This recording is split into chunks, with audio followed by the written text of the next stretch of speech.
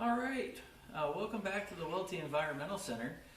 Today, assisting me is my daughter, Nora, and I am Mr. Aaron. Today is March 19th, and it is the Spring Equinox, sometimes known as the vernal equinox. So let's talk about what that is. So here I have our planet, and I have this wonderful red line running around our planet that for us today is the equator. And over here, Nora is going to be the sun. Can you be the sun for us? All right. Now, let's remember that the sun doesn't move, and the Earth, as it rotates, orbits around the sun. All right. But while it's spinning on its axis, sometimes, like right now, the sun is below the equator. That means it's winter in the northern hemisphere where we live and summer in the southern hemisphere. Now today is a very special day. The Earth has rotated on its axis and the sun is shining right on the equator, and that means that fall or autumn is going to start in the southern hemisphere and spring is going to start in the northern hemisphere. So today, I thought we would celebrate the first day of spring by doing a quick craft. All right, so let's get down to it and do our craft.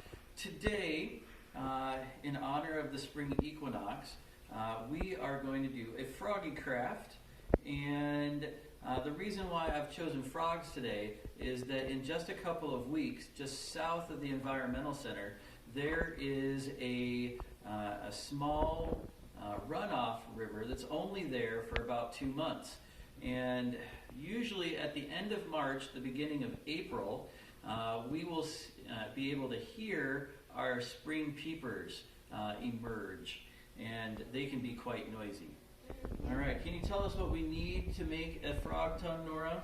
In order to do that, you need fishing line, colored construction paper, tape, scissors, a straw, a fluff ball, a hole puncher, and some water.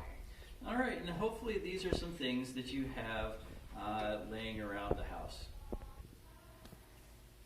All right, so the first thing that you want to do is you want to take your straw, take the straw, there you go, and your scissors. And the straw is too long, so what we're going to do is we're going to trim it down. You can cut it in half, or if you have a lot of people at home, you can cut it into 3 pieces or even sometimes 4 pieces. So go ahead and cut your straw. Oh, wow. All right, so now that we have our piece of straw, what you want to do is take your fishing line or some string and cut about that much. You really don't need a whole lot. Okay, so now what you're going to do is you're going to tape one piece of the string to the end of your straw. Once you've taped it to the end of your straw, then you want to cut a small piece of what did you call it, a puff ball? A fluff ball. A fluff ball. You want to cut a small piece of fluff ball and tie it to the other end of your string or fishing line. And we'll show you the finished product in just a moment. All right, so here we have a couple of frog tongues. The one that Nora made today and the one that I have made previously. As you can see, it kind of looks like a spitball on a string or a spitwad on a string. And that's kind of exactly what a frog tongue is like. Frogs have tongues that are very long and stretchy, that are made out of muscle, and at the very end they have a sticky pad for catching flies. And it sort of folds over like my arm is right here and inside the frog mouth. And when the frog is ready to catch a fly, it flings it out.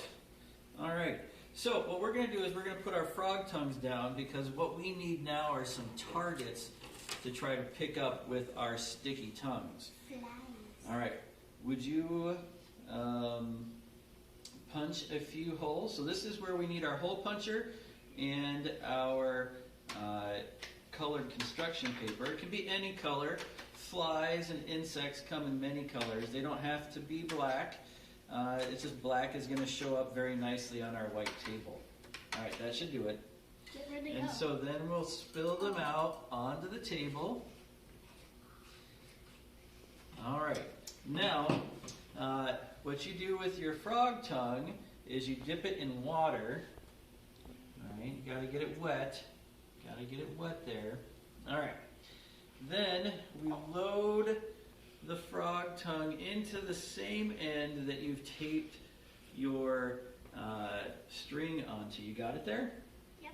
All right. Try to blow them out and catch a fly. Ready? Almost. All right. So as you can see, that this is kind of fun, and you might have most of the things you need at home to be able to do it. So happy spring, everybody. Thanks for tuning in.